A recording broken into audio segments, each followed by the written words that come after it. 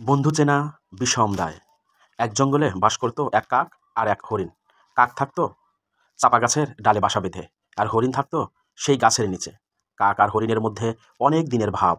কাক সকালবেলা উড়ে গিয়ে খাবার খুঁজতে যেত, আর হরিণ বনের মধ্যে ইচ্ছে মতো ঘুরে ফিরে বনের ঘাস পাতা খেত। ঘাস পাতা খেয়ে খেয়ে হরিণের চেহারা বেশ নাদুস নুদুস হয়ে উঠেছিল। একদিন হরিণটা এক শেয়ালের চোখে পড়ল।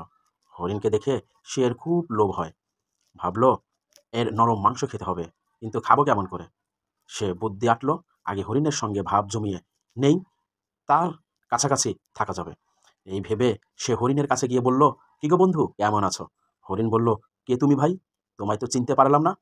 শিয়াল বলল, আমি এক শিয়াল, এই বনেই থাকি, কিন্তু আমার কোনো বন্ধু নেই।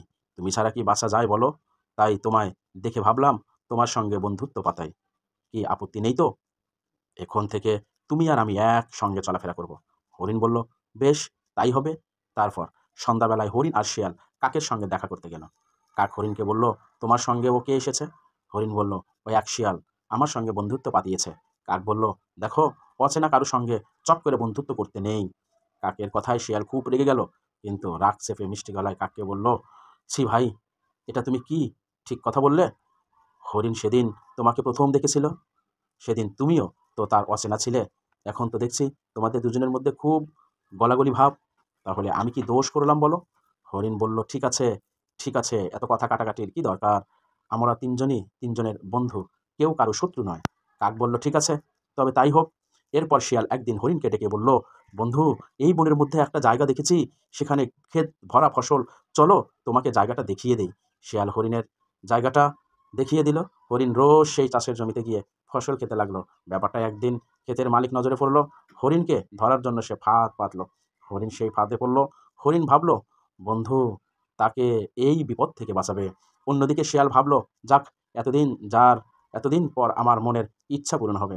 মালিক যখন হরিণটাকে কাটবে, তখন তার মাংস, রক্তমাখা মাংস, হাড়গোড় আমি নিশ্চয়ই পাবো।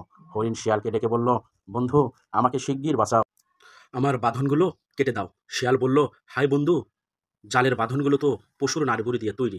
আজ রবিবার, রবিবারে তো আমি দাঁতে মাংস কাটি না, কাল সকালে কেটে দিব, কেমন? তুমি কোনো চিন্তা করো না। এই বলে সে কাছাকাছি গিয়ে লুকিয়ে রইল। এদিকে সন্ধ্যা হয়ে গেল। হরিণ তখন বাসায় ফেরেনি। কাক তাকে খুঁজতে বেরালো। খুঁজতে খুঁজতে হরিণকে দেখতে পেল। বলল, সেই ডগ, শিয়ালটা কোথায় গেল? হরিণ বলল, এতক্ষণে বুঝি আমার মাংস খাবে বলে আশেপাশে কোথাও লুকিয়ে আছে। কাক বলল, আমি তো আগেই বলেছিলাম যে আড়ালে ক্ষতি করে, কিন্তু সামনে মিষ্টি মিষ্টি কথা বলে তাকে একেবারেই আমল দেবে না। এদিকে সকাল হতেই ক্ষেতের মালিক লাঠি নিয়ে হরিণকে মারতে এলো। কাক হরিণকে বলল, তুমি পেট ফুলিয়ে পাগুলো টান করে মরার মতো শুয়ে থাকো, আমি সেই কা কা করবো, তুমি অমনি ছুটে পালাবে। ক্ষেতের মালিক হরিণকে দেখে বলল, এই যে দেখছি নিজেই মরে পড়ে আছে। এই বলে সে হরিণের বাতগুলো খুলে দিল। সুযোগ বুঝে কাক এবার ডাকতে লাগলো। কাকের ডাক শুনে হরিণ লাফিয়ে উঠে ছুটে পালালো। তাকে মারবার জন্য ক্ষেতের মালিক খুব জোরে লাঠি ছুড়ে দিল। লাঠিটা গিয়ে লাগলো শেয়ালের গায়ে। লাঠির গায়ে শেয়ালের প্রাণ বেরিয়ে গেল। একেই বলে লোভে পাপ, পাপে মৃত্যু। এই গল্পটি থেকে পরিষ্কারভাবে অনুভব করা যায়, যদি তুমি কাহারও ক্ষতি চাও, তাহলে সেই ক্ষতি তোমার উপরেই আসবে। এটা পরিষ্কার প্রমাণ হয়। আল্লাহ তাবারক তাআলা পরিষ্কারভাবে বলেছেন, তুমি যদি কারো মঙ্গল চাও, আমি আল্লাহ তোমার মঙ্গলই করে দিব। আর তুমি যদি কারো ক্ষতি চাও, তার যতটুকুন ক্ষতি তুমি করতে চাচ্ছ, সেরকম ক্ষতি তোমার হবে, তুমি প্রস্তুত থাকো।